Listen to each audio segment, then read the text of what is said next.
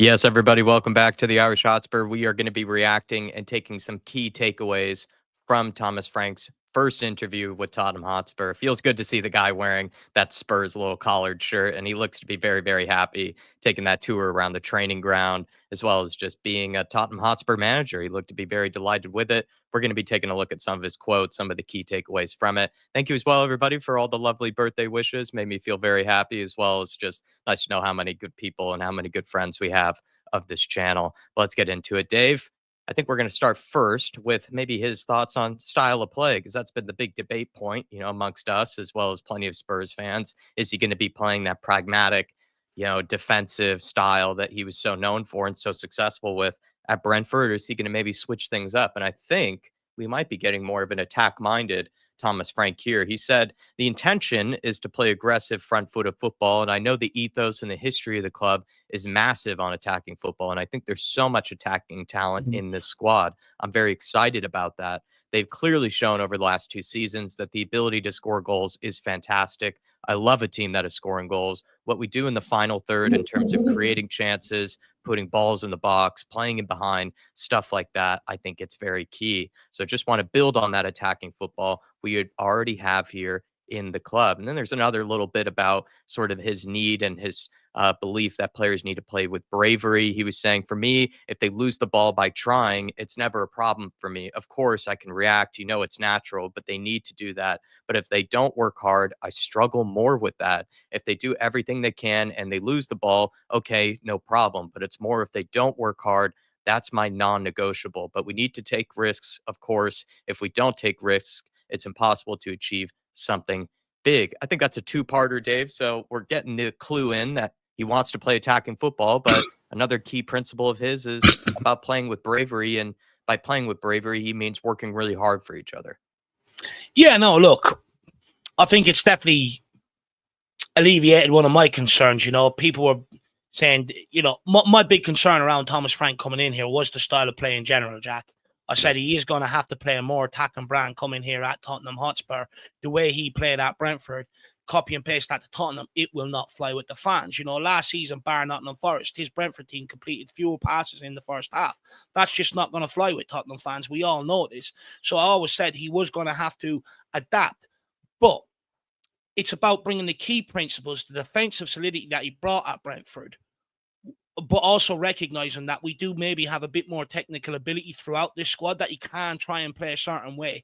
And fair play to him. So he's ticked my box in terms of that concern. And I think many people are expecting him to copy and paste what he was going to do from Brentford. May have a bit of culture shock. And I'll be interested to see what they have to say about it. So let me know in the comments below. But also in terms of taking risks to achieve something great, not gonna lie, I heard that before. I heard that from Ange Postecoglou. It's a bit copy and paste, that one. No, I mean, the part that I kind of was happy to hear was just the fact that he recognizes that he does have to play somewhat of an attack-minded, aggressive type of style because at Brentford, it's just about sort of getting points on the board any which way you can. It is about being defensively solid. They're not a team that's aspiring to be winning, a trophy every single Mm. season or to be finishing inside the top six or anything like that. For the most part, I think it was just about surviving and was about just sort of being stable at that club. Whereas he probably recognizes at Spurs, it's an entirely different set of expectations, and teams will also play differently, against you than if you were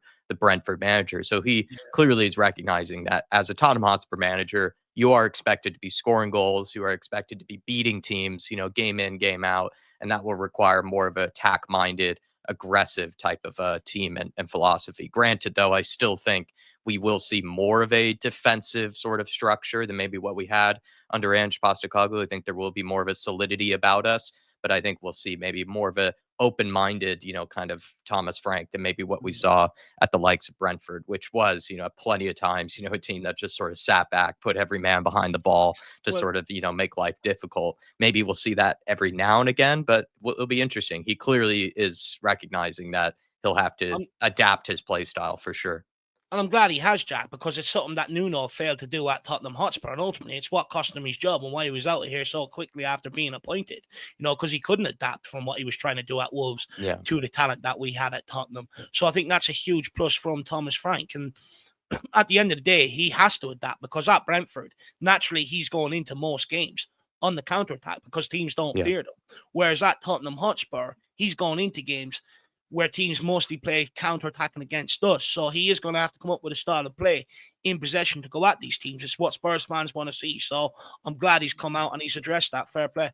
Totally. And the other big point, he made was actually just about his belief in the squad. He said, when I say talented, it's not only the players, it's some of the more experienced players. How can we get the best out of them? Let's say Dominic Solanke, for example. I'm a big fan of him in terms of his abilities. I'm sure we'll make him score a lot of goals. How can we play with Bentancur as well as Madison? How can we get that? But of course, we have younger ones as well. I think it's all the players that we need to develop and make perform on the highest level. But of course, Bergvall, Archie Gray, Odebear, Udogi, all of them, I think, have a very, very high ceiling.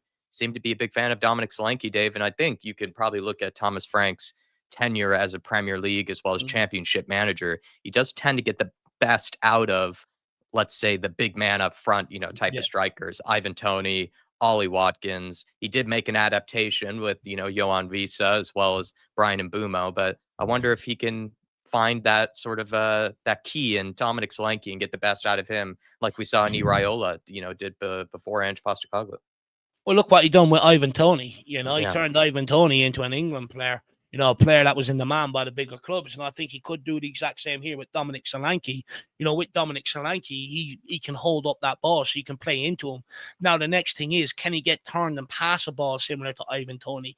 I wonder, will he try and make that adaptation into Solanke's game? Because if he does, he'll make him an all-round a better player. But I think the reason why he's so confident he's going to get him scoring more goals is because Thomas Frank wants to put that ball in the box. Yeah, he doesn't want to go through all these certain patterns of plays that you have to go through before you cross it.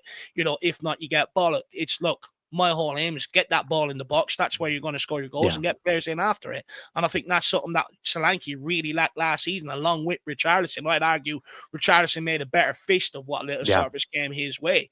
But at the end of the day, that's one thing that he got at Bournemouth from the likes of Semenyo, the likes of other players crossing the ball. He got that service. He didn't have it at Tottenham last year. And for me, I think this will finally be the season where I can actually really judge, him on his all-round game. Can he get the goals that we need at Tottenham Hotspur, which is 25 plus from your striker? That's the big club demand. And I think it's achievable now that we're going to play more towards his strengths, which I like.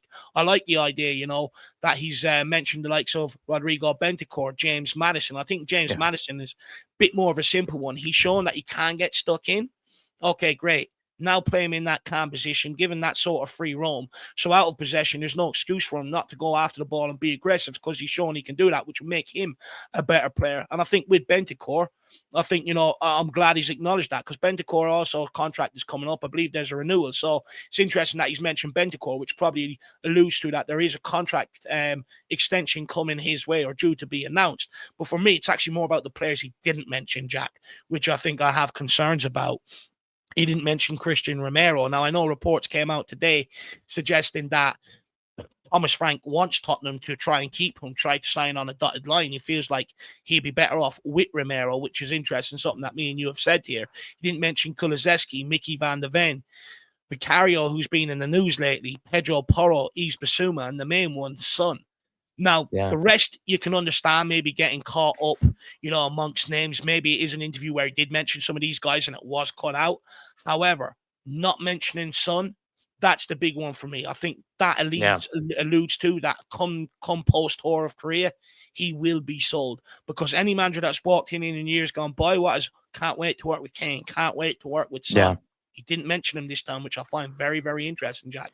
I love all of your thoughts on Dominic Solanke. I don't think I can add much more to that, but I think you're right by bringing up the fact that there wasn't any mention of Sonny in the interview or Christian Romero. Perhaps the others might just be more speculative or just kind of like, can he really name every single player?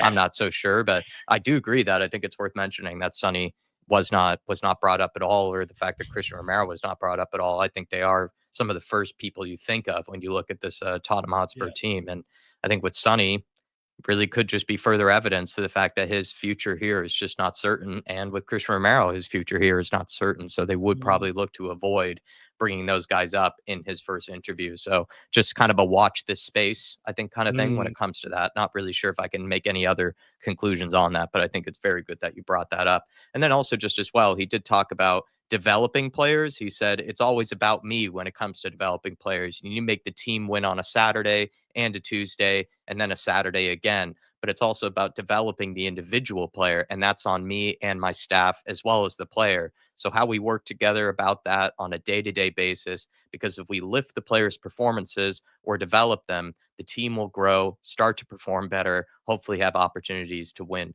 more matches. Just maybe also another good quote about how he takes on the responsibility of making his players better. And to a degree, we saw that right at Brentford. He had Yeah. a real track record for that. He took, let's say, maybe average players, made them look a lot better than maybe they actually are. But he also took maybe players that had really a high ceiling, and then was able to get the most out of them in terms of Yeah. the Mbumos, the Wisas, the Ivan Tonys, the Ollie Watkins, of the world that he had in his team. So, but he's also, found, a good tune out of guys like Ethan Pinnock, who I think is a great center back. But let's be honest, a guy that really has had a journey, through all of the divisions, right? Yeah. Of football, and he's been able to get the most out of him.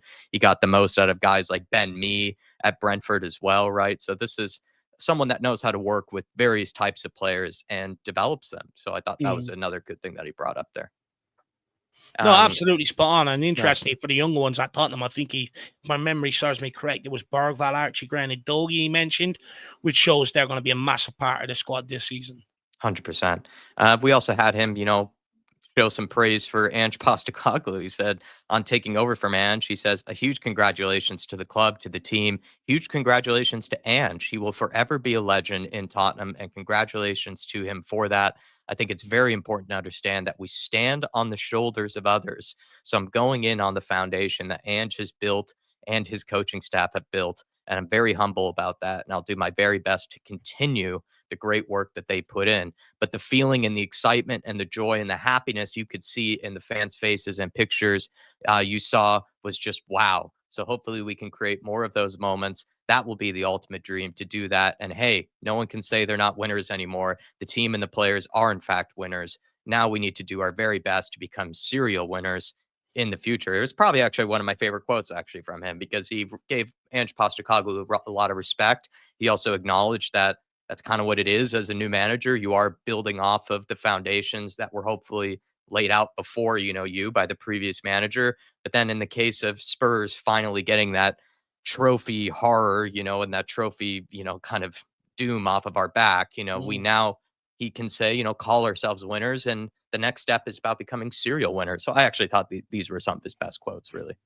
No, 100%. Look, I think he showed class and humility there. I think he understands, where we are as a football club. We're off the back of winning the Europa League. Many people are focused on the Premier League finish, but at the end of the day, the main focus should be we're after winning the Europa League. And there's an understanding of what we've achieved and where us Spurs fans want to go. He hasn't come in here setting off all the fire alarms like Jose, Conte, and Nuno done, where it's change, change, change, change, change. I have to change this, I have to change that, I have to change this. What he's basically come in and said, this is what we've got. It was good enough for Europa League final. Now let's build on it, off what we've got. Let's push it on and bring sustained success. And what I love about that, Jack, is because, again, one of my big concerns is when Frank was, going to be appointed to get the job, I had loads of people coming to me, Dave, it's about stability. And that language was concerning me, Jack. It was, I said it. That's concerning language, stability and stuff. We've won a Europa League. Surely it's about kicking on from that. Building, yeah. Exactly. And that's exactly what Thomas Frank has come in and said. He didn't mention stability or anything like that. Again, I wonder if that a bit of a culture shock towards some fans. Shawnee Maddox, I'm pointing you out on this one. But I wonder, is that a bit of a culture shock? How you're going to get aligned with that? Because now he wants to bring sustained success. He wants to build off the success we had. And also, to bring that nice touch to Postecoglou. And I hope actually what that does is now that the dust is settled and that interview and everything is out and that he's clearly stated what he wants to do here, I hope people now that maybe were anti-Andrew, just wanted him gone at all costs, can now still show some respect for the trophy that he's delivered, that most of them fans have been screaming for years gone by. And that he's building off the back of that now. And it's actually, you couldn't write this, Jack. Again, I think this is a bit Spursy, but Postecoglou, to a degree, by bringing that Europa League trophy, actually took a bit of the pressure off the next manager walking in the door, because that monkey was off our back. It was going Totally. to allow them a bit more time to Totally. build. But with Daniel Levy coming out with his statements, we want to win the Premier League and the Champions League, he's put all that pressure and more right back on Thomas Frank from the start of the season now, Yeah, and I set guess. the expectations. You could Uh, not write it. I just really liked what he had to say there, and what's probably the case with the fact that even Thomas Frank is mentioning and what he's done and what he's achieved. Perhaps it just shows that this isn't really as much of a nasty breakup or a nasty Yeah, divorce, with the previous manager as there fair. was with Jose, Conte, Nuno. Like, you just didn't really feel like there was any real mutual love or anything like that. Hmm. Once we left them and departed with them. Whereas with Ange, as much as it felt harsh, in our opinions, it felt harsh, to abandon him and to leave him. It doesn't really feel like there is as much of a nasty divorce with Yeah, maybe some of the things that Daniel Levy has had to say, but also with what Thomas Frank has had just to say yeah, there. Just lastly, though, we are going to mention, Daniel Levy and Vinay. They did get brought up towards the end. I think this is probably the less interesting point, so we don't have to be too deep about it. But he did say they've done a very, very good process. I would say Daniel Levy, Vinay, and Johan Lange. I've had very good conversations and meetings with them where we discussed everything in depth, details about the club structure, processes, and of course, I came up with my own views on how I see things and how I saw my ideas and the way I want to do things and how I try to build a team and a club. Of course, though, it's not just me, he said. yeah, I think it's very important to say, yes, the head coach is an important person, but if I don't have good people around me, it's impossible. You can't do anything alone, in my opinions. If you want to do something quick, yes, go alone. If you want to do something big or achieve something big, you go together. So it's definitely a thing about doing things together. Me, the staff, and the players. I maybe my big takeaway from that, not as much, the praise for Levy and Benign, Johan Lange. I think that's almost contractually, required, in the interview. I think the more important part was when he said, I think it's very important to say that yes, the head coach is an important person, but if yeah, I don't have good people around me, it's impossible. I think he's alluding to the fact that he has brought in, from what we can tell, the majority of the staff that he feels like he requires in order for his principles, in order for his football, his style to be executed, on the training ground as well as on the football pitch. And we haven't seen that with previous managers. Ange came with pretty much nobody, and yeah. Antonio Conte didn't necessarily get everyone Came he with very little.